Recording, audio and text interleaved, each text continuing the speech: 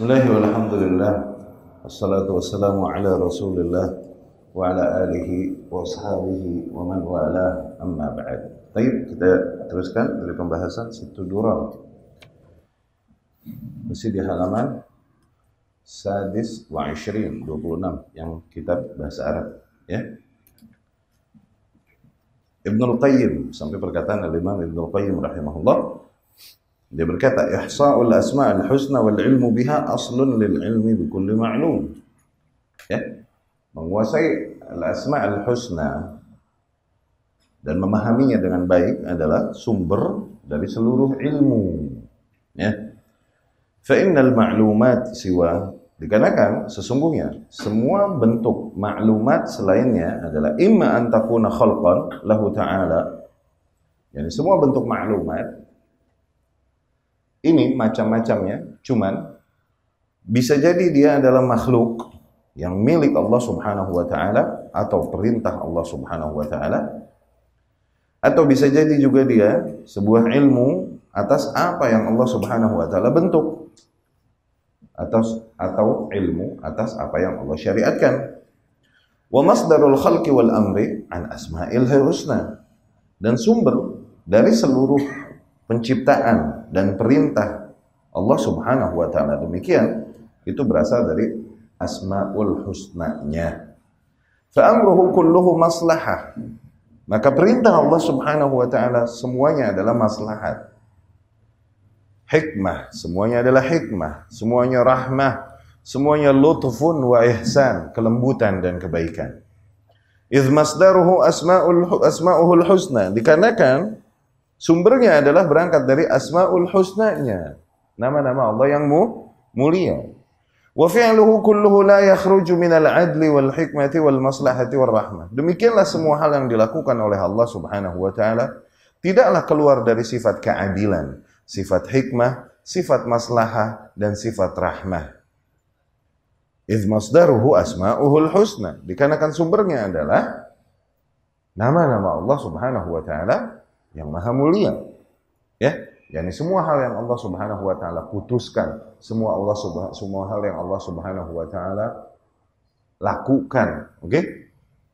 Itu tidaklah lepas dari nilai-nilai yang Allah sifati dirinya dengan nama-nama dan sifat-sifat. Dia maha pengasih, dia maha penyayang, dia maha adil, dia maha bijaksana, dia maha. Maka semua hal yang dilakukannya dan hal yang ditentukannya untuk terjadi di alam semesta pada hakikatnya berangkat dari nilai-nilai yang sempurna ini. Oke? Kalaupun terasa mungkin buruk bagi sebagian makhluk, oke? Tapi apabila kita melihat dengan pandangan yang lebih luas, maka hal tersebut adalah kebaikan. Ya, dan maslahat secara umum, kalaupun mungkin merugikan sebagian makhluknya, ya. Tidaklah keburukan dinisbahkan kepada Allah Subhanahu wa taala. فلا تفاوت في خلقه ولا عبث, maka sungguh tidak ada kesia-siaan di dalam penciptaannya. Walam yakhluq khalqahu batilan wala sudan, tidaklah Allah menciptakan makhluknya dengan batil dan dengan kesia-siaan. Wa qad basata dzalika rahimahullah, nah, maka sifat kesia-siaan itu ternafikan dari Allah Subhanahu wa taala, ya. Kalaupun kita nggak paham maksudnya apa nih, tujuannya apa, maka tidak ada yang sia-sia pada ciptaan Allah Subhanahu wa taala. Coba pikir, apa sih hikmah penciptaan nyamuk? Nyebelin nggak tuh makhluk? Laler, apa sih ini hikmahnya? Iya gak? Tapi sungguh demi Allah, tidaklah Allah Subhanahu wa taala ciptakan apapun sia-sia. Cuman akal kita yang seringkali lemah untuk menangkapnya. Ya? Wa qad basata dzalika rahimahullah fi ghair hadzal mawdi'. Al-Imam Ibnul Qayyim rahimahullah banyak menjelaskan hal ini dengan luas, ya. Ibnul Qayyim rahimahullah juga berkata, syaraful ilmi tabi'un li syarafi ma'lumi. Kemuliaan sebuah ilmu itu mengikuti kemuliaan perkara yang dibahas di dalam ilmu itu. Wala raiba anna ajalla ma'lumin wa 'azamahu wa akbarahu fa huwa Allah. Maka tidak dilakukan lagi bahwasanya ilmu yang paling agung, ilmu yang paling mulia dan paling besar adalah tentang Allah Subhanahu wa taala. Alladzi la ilaha illa huwa rabbul alamin, yang dimana tiada Tuhan lain selain zatnya, Tuhan semesta alam. Wa qayyumus samawati wal ard, zat yang berdikari, bersendiri, okay?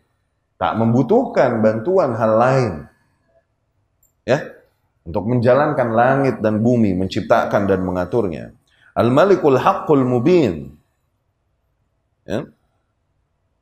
Sang Raja di Raja, Al-Haq, yang maha benar, Al-Mubin, Al-Mausuf bil kamali kulli, yang disifati dengan semua sifat kesempurnaan, Al-Munazzah an kulli aibin wa naqsin, yang tersucikan dari semua bentuk aib dan kekurangan, wa an kulli tamthilin wa tashbihin fi kamalih, yang tersucikan dari semua bentuk keserupaan di dalam kesempurnaannya. Wala raiba anna al-ilma bihi, maka tidak dilakukan lagi keilmuan tentang zat tersebut, wa bi asma'ihi wa sifatihi, dengan nama-namanya, gelar-gelarnya dan sifat-sifatnya, wa af'alih, dan apa-apa yang dilakukannya, ajallul ma'lumati wa afdaluha, maka itu adalah bentuk maklumat, bentuk ilmu yang paling agung dan paling utama. Wal ilmu bihi aslu kulli ilmin wa mansya'uh, dan keilmuan tentang hal tersebut adalah sumber dari semua bentuk keilmuan. Faman arafa Allah arafa ma siwah, barang siapa yang mengenal Allah, ia akan mengenal hal-hal yang lain. Wa man jahila rabbah fahuwa lima siwahu ajhal, dan barang siapa yang tak mengenal Allah, maka ia lebih tak mengenal lagi hal-hal yang lain. Qala ta'ala, Allah berfirman, wala takunu kalladzina nasullaha fa'ansahum anfusahum, dan janganlah kalian menjadi seperti orang-orang yang melupakan Allah, akhirnya Allah pun melupakan mereka atas diri mereka masing-masing. Fata'ammal hadhil ayah, coba resapi ayat ini. Tajid tahtaha ma'nan syarifan aziman, sungguh kau akan temukan makna yang sangat agung di baliknya. Anna man nasiya rabbahu ansahu dhatahu wa nafsahu, bahwasanya barang siapa yang melupakan Rabbnya, maka Allah akan membuat dia lupa akan dirinya sendiri. Falam ya'rif haqiqatahu wala masalihahu, sehingga dia tidak mengetahui hakikat keberadaan dirinya, tidak juga dia mengetahui maslahat bagi dirinya sendiri. Bal nasiya ma bihi salahuhu wa falahu, bahkan dia lupa atas hal-hal yang membawa maslahat baginya, membawa kemenangan baginya, fi ma'asyihi wa ma'adih, baik di kehidupan yang sekarang ataupun kehidupan yang akan datang. Fasara mu'attalan muhmalan, maka jadilah dia hal yang tersia-siakan, hal yang tidak ada artinya. Bimanzilah al-an'am as-sa'ibah, sama posisinya seperti hewan-hewan ternak, ya, yang hidupnya hanya untuk makan. Barubbama kanatil an'am akhbar bimasalihiha minhu, bahkan mungkin bisa jadi binatang lebih memahami maslahat-maslahat dirinya daripada nih orang yang melupakan Allah Subhanahu wa ta'ala, ya.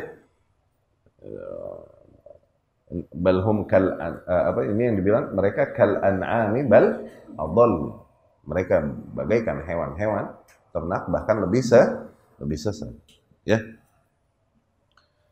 Allah berlepas diri, tidak lagi Allah Subhanahu wa ta'ala mengaturnya, tidak lagi Allah Subhanahu wa ta'ala mengatur apa-apa yang menjadi maslahat baginya. Ya, cilaka udah. Dikarenakan apa? Dikarenakan dia melupakan Allah Subhanahu wa ta'ala, ya. Akhirnya Allah buat dia lupa akan diri dia sendiri, lupa apa-apa yang membawakan kebaikan untuknya, ya. Lengah dari apa-apa yang membawakan keburukan baginya. Ini kesengsaraan. Di antara kesengsaraan yang paling besar adalah ketika Allah berpaling dan menyerahkan urusan kita kepada diri kita sendiri, dan Allah tidak tackle urusan kita. Ya, dari situ di antara doa-doa zikir pagi dan petang yang dianjurkan oleh Rasul sallallahu alaihi wasallam dalam hal ini adalah apa? Ya Hayyu ya Qayyum bi rahmatika astaghith. Aslih li sya'ni kullahu wa la takilni ila nafsi tarfata 'ain. Wahai zat yang maha hidup, wahai zat yang maha berdikari, ya Hayyu ya Qayyum, Birahmatika astaghits. Aku memohon pertolonganmu dengan rahmatmu. Aslih li sya'ni kullah. Perbaikilah seluruh perkaraku. Wala takilni ila nafsi. Dan jangan kau serahkan perkaraku kepada diriku sendiri. Tarfat ain, not even a blink of an eye. Tidak sekejap mata, apalagi lama-lama gitu. Sekejap mata jangan. Ya. Ma'adzallah. Wa man ayqana hadza biqalbihi kanat nafsuhu indahu ahwan alaihi min an yuqaddima rahataha wa ladzataha ala mardati rabbih.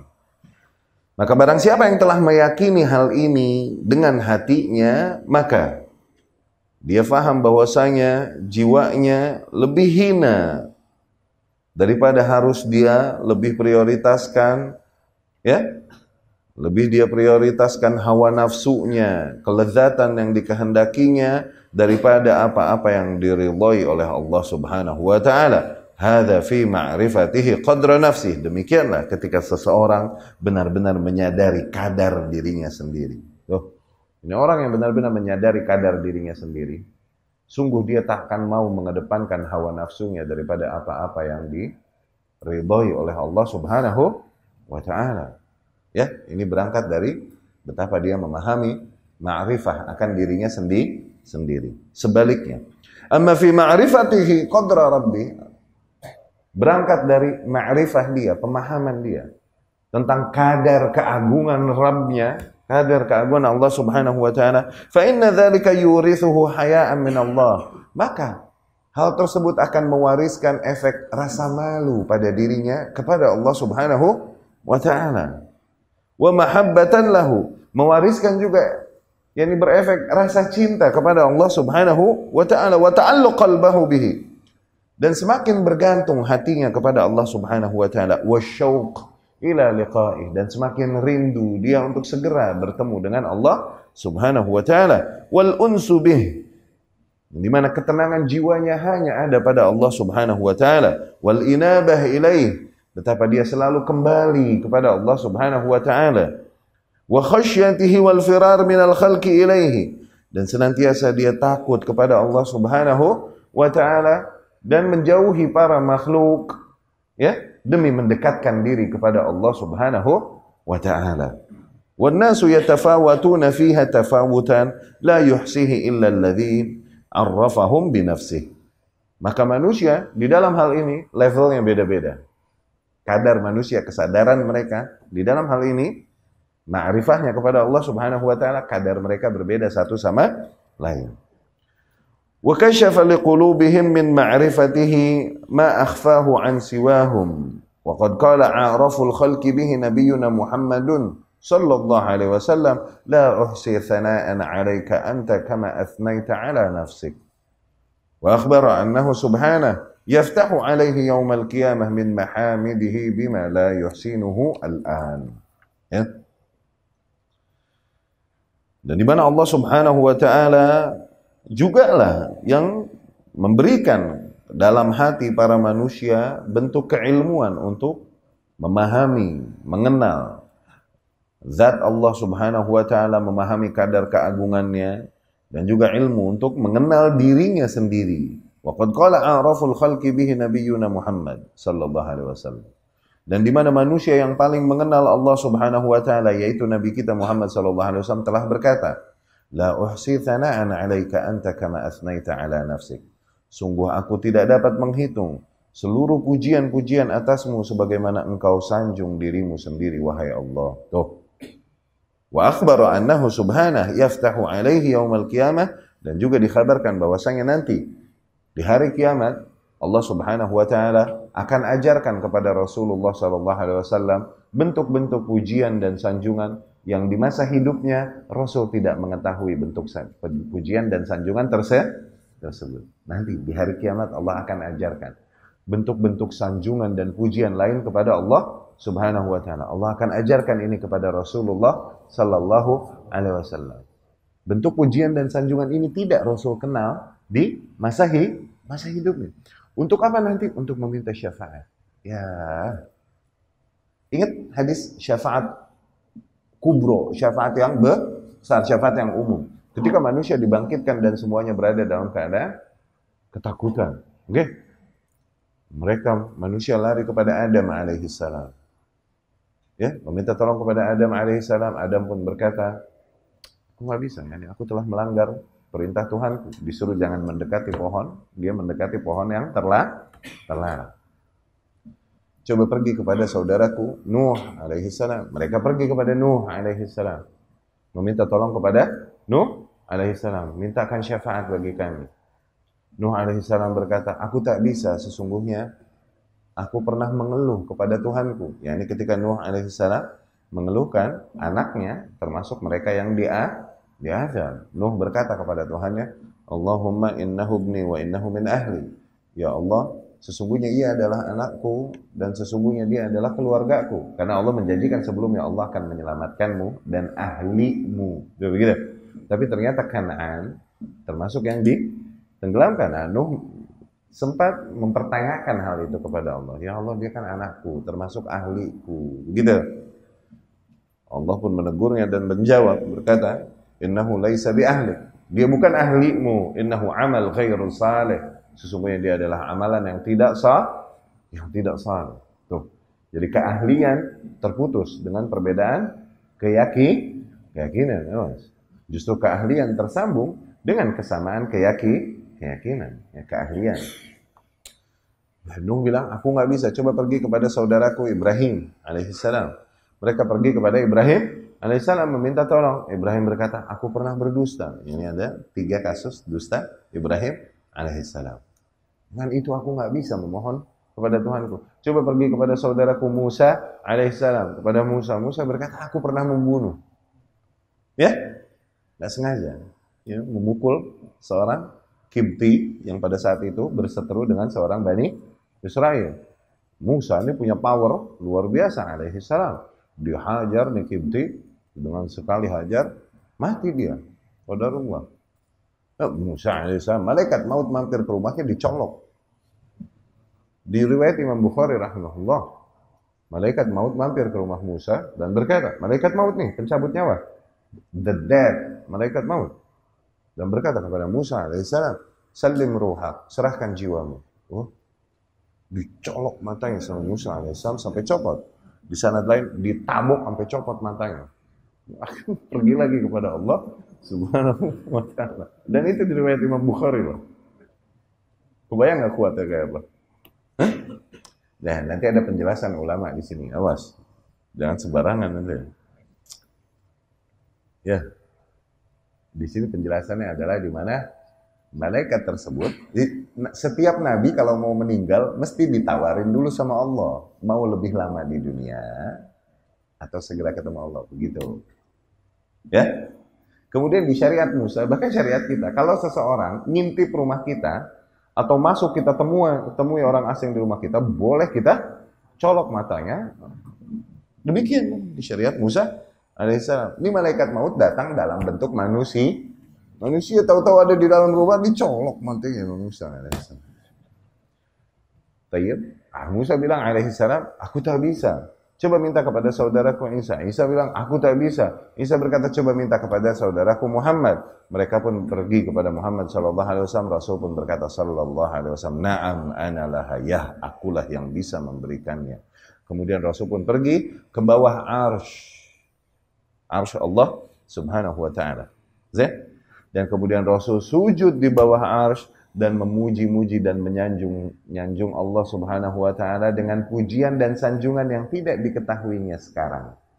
Baru nanti diajarkan oleh Allah Subhanahu wa ta'ala. Dikarenakan apa? Memohon Allah paling efektif adalah sanjung-sanjung Allah dulu dengan nama-nama dan sifat-sifatnya yang mulia. Gitu kan?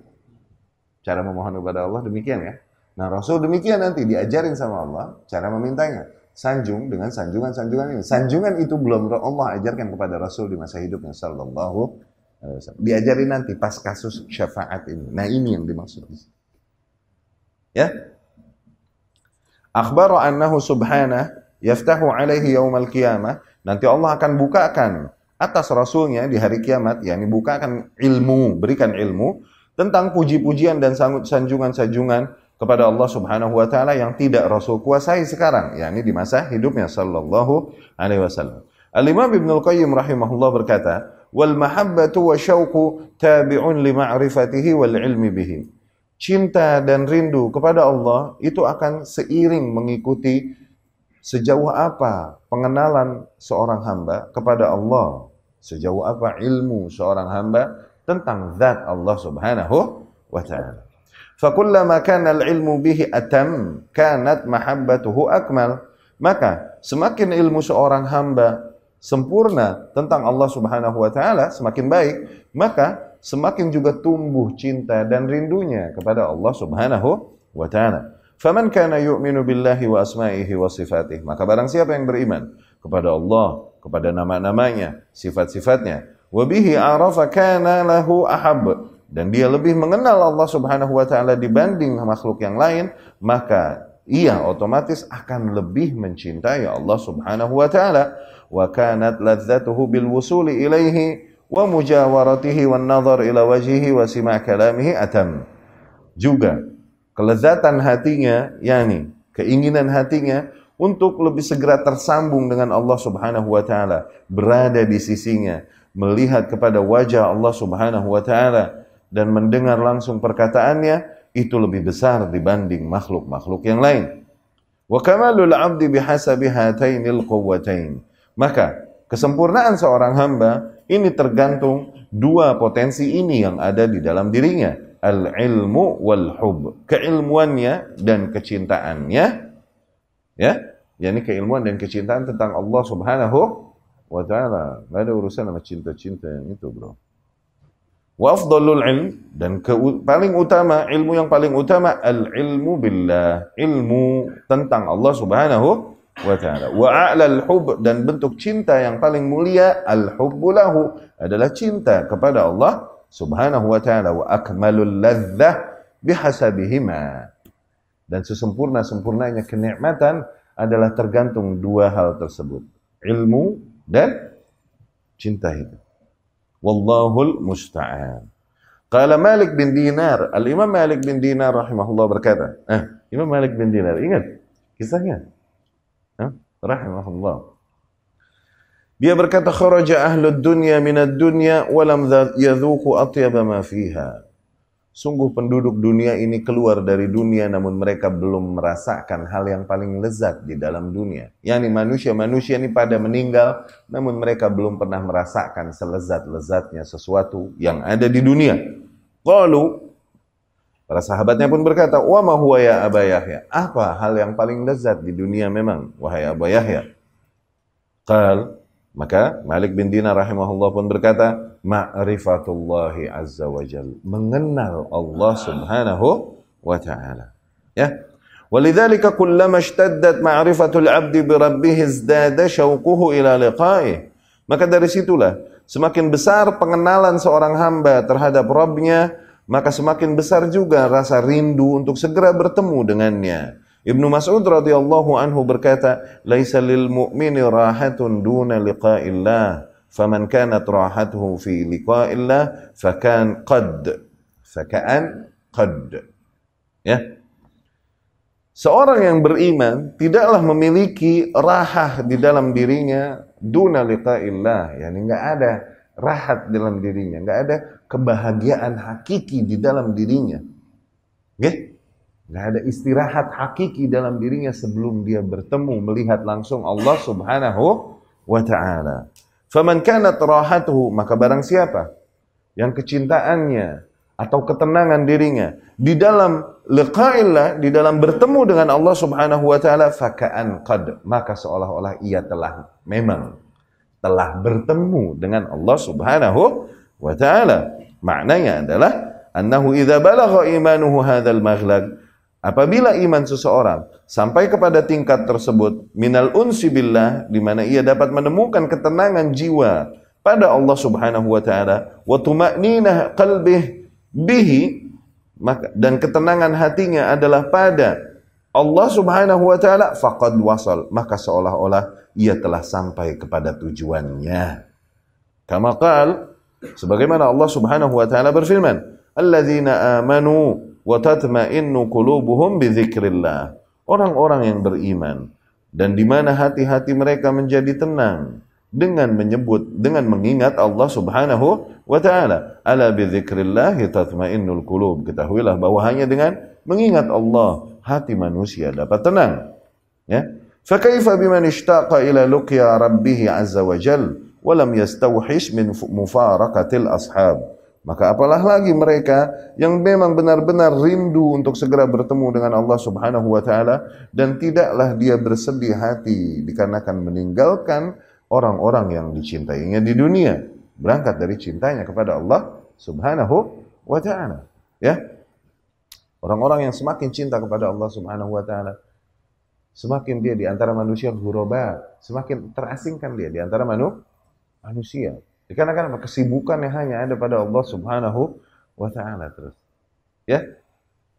Nah, orang yang tingkat keimanannya sampai segini, maknanya gitu. Tingkat keimanannya sampai segini, tingkat keimanannya sampai posisi demikian, maka tidaklah dia temukan ketenangan hatinya kecuali hanya dengan berzikir, mengingat Allah Subhanahu wa taala, menjalankan ketaatan kepada Allah Subhanahu wa ta'ala. Ya. Ini maknanya. Sebagaimana Adi ibnu Adi berkata rahimahumullah. Kataba ilayya Umar ibn Abdul Aziz. Umar ibn Abdul Aziz menulis surat kepadaku. Amma ba'du. Isinya amma ba'du. Fa inna lil imani faraid wa syara'i' wa hududan wa sunanan. Sesungguhnya iman ini, yakni keimanan, memiliki faraid, kewajiban-kewajiban. Syara'i', aturan-aturan, hududan, batasan-batasan, wa sunanan. Ya. Dan hukum-hukum yang harus diikuti. Faman istakmalaha, maka barang siapa yang dapat menyempurnakannya, istakmalal iman, ia menyempurnakan keimanannya. Wa man lam yastakmilha lam yastakmilil iman, dan barang siapa yang belum bisa menyempurnakannya, ia belum bisa menyempurnakan keimannya. Fa in a'ish, apabila umurku panjang, fasubayyinuha lakum hatta ta'malu biha, maka aku akan jelaskan pada kalian sehingga kalian dapat amalkan. Wa in amut, namun apabila aku mati, fama ana ala suhbatikum biharis, maka sungguh aku tidaklah mengejar untuk senantiasa bersama kalian. Yani aku lebih mengejar untuk segera bersama Allah Subhanahu wa ta'ala. Tidak aku lebih memilih untuk bersama kalian. Wa min qabli haula jami'an sadatul alamin billah ala wa humul anbiya. Dan sebelum para tabi'in dan para ulama tersebut rahimahumullah, ya, adalah para ulama aja, para imam, para tabi'in menyampaikan tentang kelezatan jiwa ini, di mana seseorang semakin mengenal Allah, semakin mencintai Allah Subhanahu wa ta'ala. Apalagi para utusan-utusan Allah Subhanahu wa ta'ala, para rasul dan para nabi, betapa mereka sampai kepada tingkatan tersebut. Bahkan Ibnu Taimiyah sendiri rahimahullah pernah berkata, inna fid dunya, sesungguhnya di dunia ini terdapat jannah, terdapat syurga. Betapa dia merasakan kenikmatan tersebut. Sesungguhnya di dunia ini terdapat syurga. Man lam yadkhulha lam yadkhul jannatal akhirah. Yang barang siapa belum pernah merasakan syurga dunia tersebut, niscaya dia tidak bisa merasakan syurga akhirat nanti. Qalu, maka para muridnya pun berkata, wa mahi, syurga apa itu yang ada di dunia ini? Qal, Ibnu Taimiyah berkata, innaha jannatul iman. Sesungguhnya itu adalah syurga keimanan.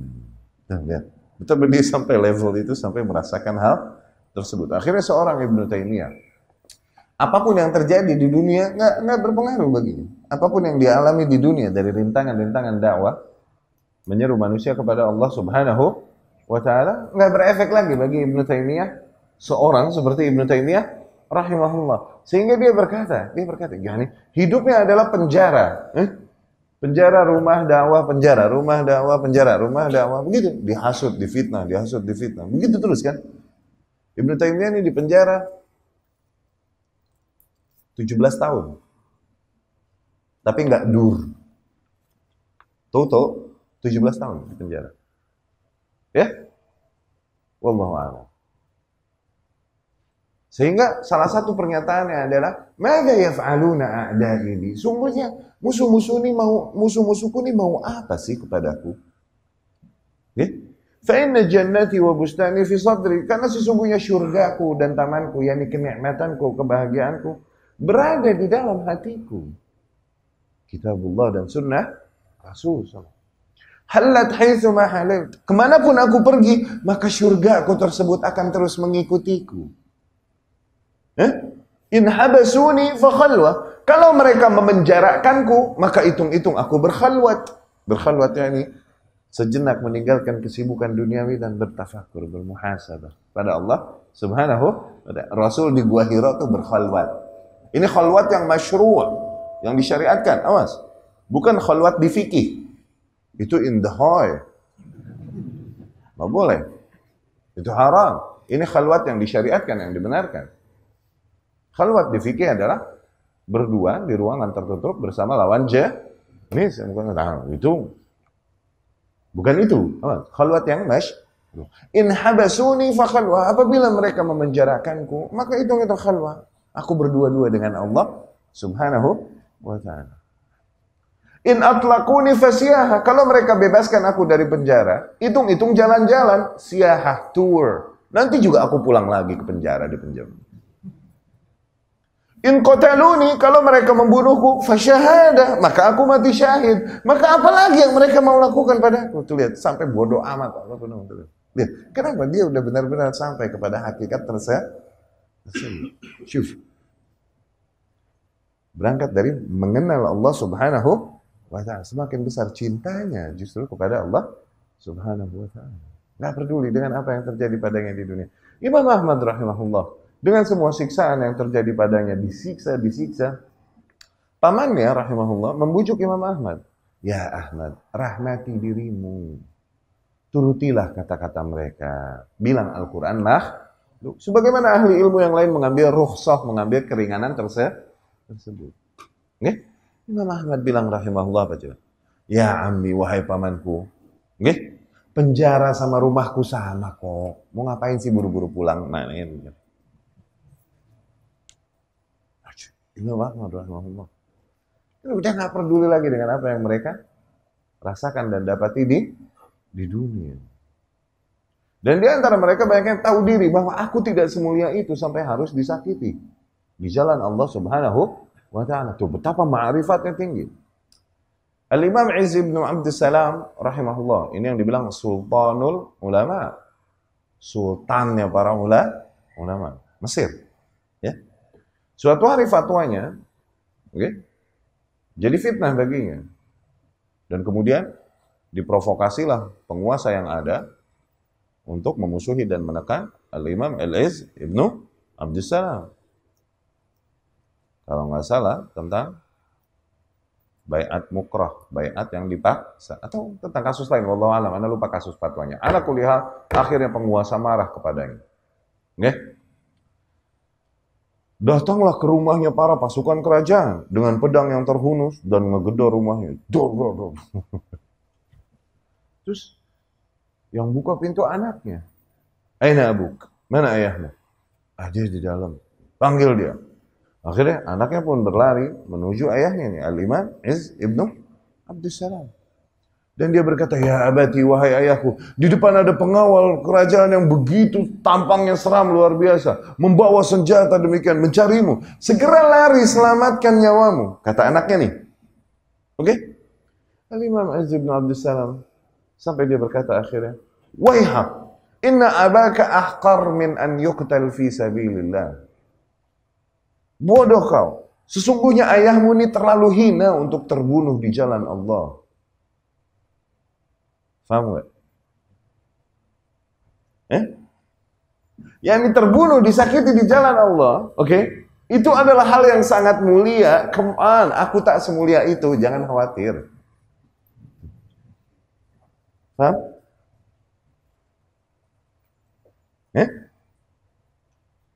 Jadi jangan khawatir dengan kesyirikan yang kau ingkari, dengan kebid'ahan yang kau diingkari. Ente gak bakalan dibunuh, enggak. Ente gak sekeren itu. Karena orang sampai dibunuh gara-gara membela tauhid sunnah, itu kemuliaan yang besar, bro. Come on. Kita ini masih suka mancing, kita nggak semulia itu. Masih suka naik perahu, betul nggak mancing. Santai. Itu manzilah buat orang-orang yang Allah mulia. We're not that good. Kita nggak semulia itu. Ya paling begitu ya. Kita perlu proses untuk melewatinya. Ma'rifat mereka sampai demikian. Ya, tak lagi mereka menghiraukan keridhaan manusia, tak lagi mereka menghiraukan apa yang dikatakan oleh lidah manusia dan apa yang dilihat oleh mata manusia. Mereka nggak peduli itu lagi. Karena apa yang mereka kejar bukan ridha manusia. Betapa mereka sadar, kalaupun semua manusia ridha di muka bumi, itu nggak bisa menyelamatkan mereka di akhirat. Mereka juga sadar bahwa kalaupun semua manusia murka di muka bumi kepadanya, itu belum tentu juga mencelakakan mereka di akhirat. Yang mencelakakannya atau menyelamatkannya di akhirat adalah ridha Tuhannya, ridha Allah Subhanahu wa Ta'ala. Maka itu yang dia perjuangkan, bukan lagi ridha manusia, bukan lagi banyaknya massa yang mengelilinginya. Orang-orang demikian, yang nggak peduli dengan hal-hal demikian. Ya, ini taufik dari Allah Subhanahu wa Ta'ala, berangkat dari betapa dia mengenal zat Allah Subhanahu wa Ta'ala, betapa dia mengenal zat dirinya, betapa hina di hadapan Allah Subhanahu wa Ta'ala. Berangkat dari ma'rifah qadri nafsih, ma'rifah qadri rabbih.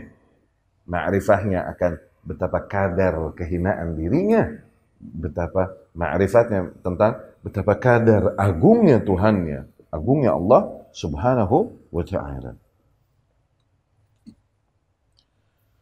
Dan juga para nabi alaihi wassalatu wassalam. Faqad balaghat inayatu rabbihim bihim an yukhayyirahum baina ziyadatil hayati wal maut. Lihat betapa Allah Subhanahu wa Ta'ala mau menunjukkan gitu kepada para manusia. Betapa mereka benar-benar mencintai Allah Subhanahu wa Ta'ala sampai titik. Diberikan pilihan kepada para nabi alaihi wassalatu wassalam sebelum meninggal, mereka semua diberikan pilihan. Mana yang kau mau? Masih mau hidup atau mau segera bertemu dengan Allah Subhanahu wa Ta'ala? Dan semua nabi pasti memilih untuk segera bertemu Allah Subhanahu wa Ta'ala. Kenapa? Kerinduan yang besar kepada Allah Subhanahu wa Ta'ala untuk segera bertemu, berada di sisi Allah Subhanahu wa Ta'ala. Ya? Nah, fakanu yakhtaruna liqa'a rabbihim. Mereka selalu memilih untuk segera bertemu dengan Rabb mereka. Sebagaimana yang dibuat bab oleh Imam Bukhari di dalam sahihnya, bab man ahabba liqa' Allah ahabballahu liqa'ah. Bab barang siapa yang ingin segera atau cinta atau ingin segera untuk bertemu dengan Allah, maka Allah pun mencintai. Yani Allah pun cinta untuk segera bertemu dengannya. Maknanya demikian.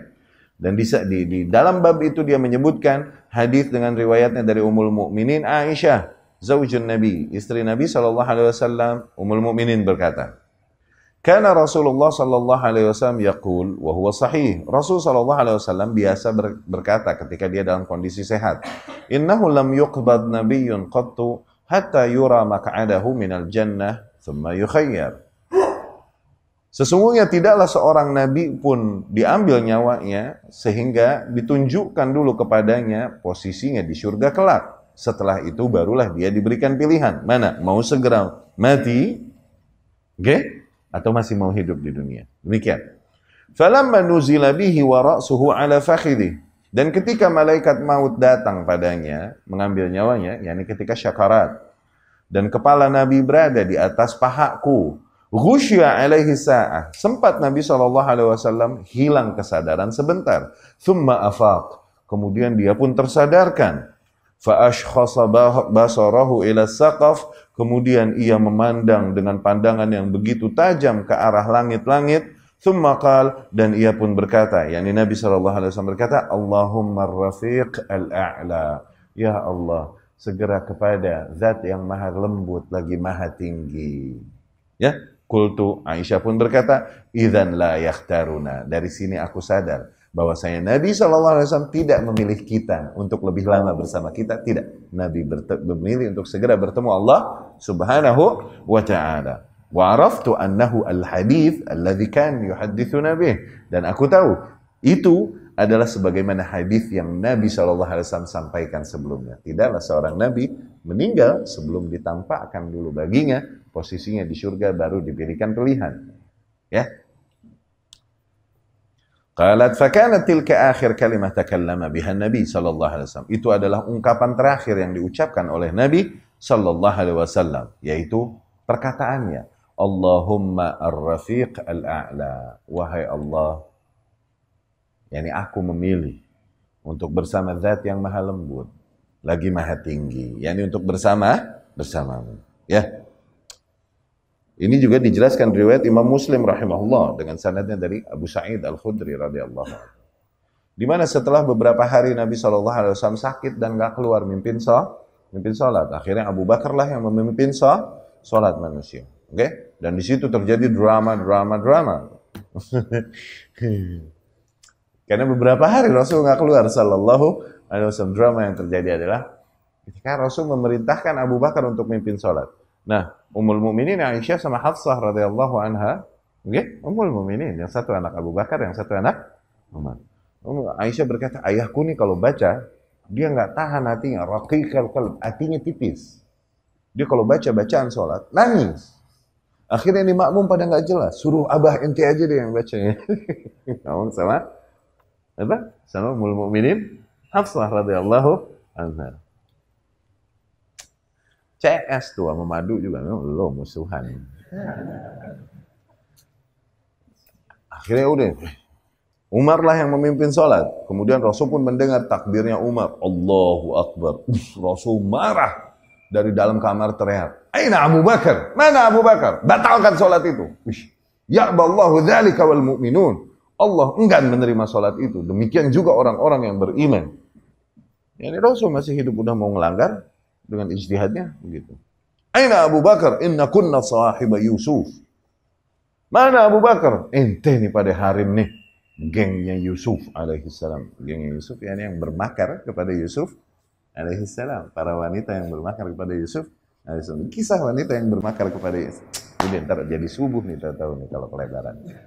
Akhirnya udah beberapa hari Rasul nggak keluar kan sallallahu alaihi wasallam. Tahu-tahu lagi sholat. Mereka lagi sholat, Rasul SAW membuka jendela pembatas yang ada antara kamarnya dengan masjid dan melihat para sahabatnya. Para sahabat pun kadu yaftatinuna fi salatihim. Hampir batal sholatnya gara-gara ngelihat Rasul SAW ngelihat. Rasul pun memberi isyarat, udah terusin, udah. Setelah sholat Rasul pun SAW keluar, dibimbing oleh Ja'far bin Abi Thalib dan oleh Ali bin Abi Thalib, kemudian menghampiri mimbarnya dan Rasul pun berkhutbah sallallahu alaihi wasallam. Ya. Rasul pun sallallahu alaihi wasallam berkhutbah dan Rasul berkata sallallahu alaihi wasallam, Abdun khayyarahu Allahu baina zahratil hayatid dunya wa ma indahu. Seorang hamba diberikan pilihan antara kembang-kembang kenikmatan duniawi wa baina ma indah, dan antara apa-apa yang berada di sisi Allah Subhanahu wa taala. Fakhtara ma inda rabbih, maka kemudian dia memilih apa yang berada di sisi Tuhannya. Oke? Faqama Abu Bakar, tiba-tiba Abu Bakar berdiri, berteriak sambil nangis-nangis. Naftadika bi abaina wa ummahatina ya Rasulullah. Naftadika bi abaina wa ummahatina. Kami tebus engkau dengan ayah dan ibu kami ya Rasulullah. Kami tebus engkau dengan ayah dan ibu kami. Ini ungkapan wala, ungkapan loyalitas. Ini kalau perlu, nih ayah dan ibuku kukorbankan, kau selamat ya Rasul. Tuh, artinya demikian. Ini ungkapan bahasa Arab untuk loyalitas. Oke? Kami tebus engkau dengan ayah dan ibu kami, bahkan dengan diri kami. Tuh, itu ungkapan loyal, ungkapan wala. Oke? Nah, kata para sahabat yang lain, mali hadza syekh. Kenapa ini syekh? Kenapa ini aki-aki? Yani Abu Bakar. Rasul cuma bilang seorang hamba diberikan pilihan oleh Allah antara nikmat-nikmat kehidupan duniawi dan nikmat yang ada di sisi Allah. Kemudian hamba tersebut memilih nikmat yang ada di sisi Allah Subhanahu wa ta'ala. Terus kenapa tuh dia teriak berdiri begini? Begitu. Walakin kana Abu Bakar afhamana bi Rasulillah sallallahu alaihi wasallam. Tapi memang Abu Bakar radhiyallahu anhu adalah manusia yang paling faham tentang Rasul di antara kita. Paling mengerti Rasul sallallahu alaihi wasallam. Oke? Dia faham bahwasanya hamba yang diberikan pilihan tersebut adalah Rasulullah Sallallahu Alaihi Wasallam. Dia pun faham bahwasanya itu adalah mendekatnya ajal Rasulullah Sallallahu Alaihi Wasallam. Rasul segera akan meninggalkan kita nggak lama. Ya, inna maw'idakum ala rislik ya Abu Bakar. Slow down wahai Abu Bakar. Pelan Abu Bakar.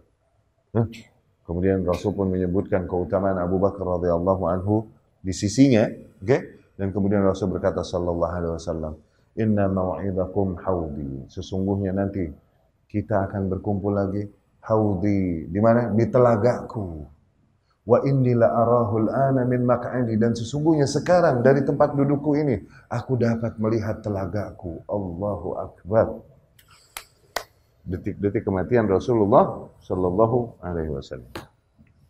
Nah, dan ini setelah turunnya surah Nasr. Ya. Di riwayat Imam Bukhari juga dari Umar bin Al-Khattab radhiyallahu anhu.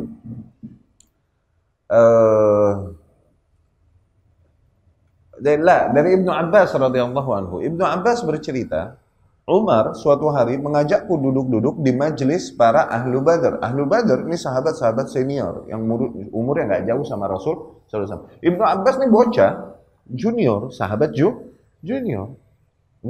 Tapi Umar ini suka sama para ahli ilmu. Ibnu Abbas terkenal dengan fikihnya dan pemahamannya terhadap kitab karena doa Rasul bagi dia sallallahu alaihi wasallam. Ya kan? Allahumma alimhu fiddin wa faqihu fiddin wa alimhu ta'wil. Ya Allah, ajarkanlah dia agama dan ajarkanlah dia ta'wil, yakni tafsir. Ibnu Abbas bercerita, Umar mengajakku ke majelisnya para ahli Badar. Ini nongkrong sama senior-senior, berarti kan? Seolah-olah aku melihat di mata mereka, ngapain sini Umar ngajak bocah? Gitu. Walana abna mithlu, kita juga punya anak seumuran dia, kita gak ajak ke sini. Gitu. Seolah-olah aku melihat itu di mata mereka. Katanya, Umar pun berkata, innahu Ibnu Abbas haitsu alimtum. Ibnu Abbas, ente kan pada kenal. Ya kan? Dan kemudian aku tahu, Umar ini mau show them off. Mau menampakkan kepada mereka tentang kebolehanku. Umar berkata kepada para sahabat, Qaulullah Ta'ala, firman Allah Subhanahu wa Ta'ala, idza jaa nasrullahi wal fath. Apabila telah datang pertolongan Allah, apabila telah datang kemenangan dari Allah Subhanahu wa Ta'ala. Kemudian idza jaa nasrullahi wal fath wa ra'aitan nasa yadkhuluna fi dinillahi afwaja. Dan kemudian apabila kau mulai melihat manusia berbondong-bondong masuk ke dalam agama Allah. Apabila kau melihat hal-hal itu, fasabbih bihamdi rabbika wastaghfir. Maka banyak-banyaklah sabbih, bertasbih dengan bihamd, dengan segala puji bagi Tuhanmu, wastaghfir, dan banyak-banyaklah beristighfar. Innahu kana tawwaba, sesungguhnya ia zat yang maha menerima taubat. Firman Allah itu apa menurut kalian? Umar nanya sama para sahabat. Para sahabat akhirnya yang ada bilang radhiyallahu anhu. Oh, itu adalah perintah dari Allah Subhanahu wa Ta'ala kepada Rasulnya. Apabila Mekah telah ditaklukkan, apabila manusia banyak-banyak masuk Islam, kan? Maka pada saat itu diperintahkan Rasul untuk banyak-banyak bertasbih dan beristighfar. Begitu. Iya. Itu namanya fassaral ma' ba'dal juhdi bil ma'. Mentafsirkan air dengan setelah semua usaha dengan air. Coba, apa makna air?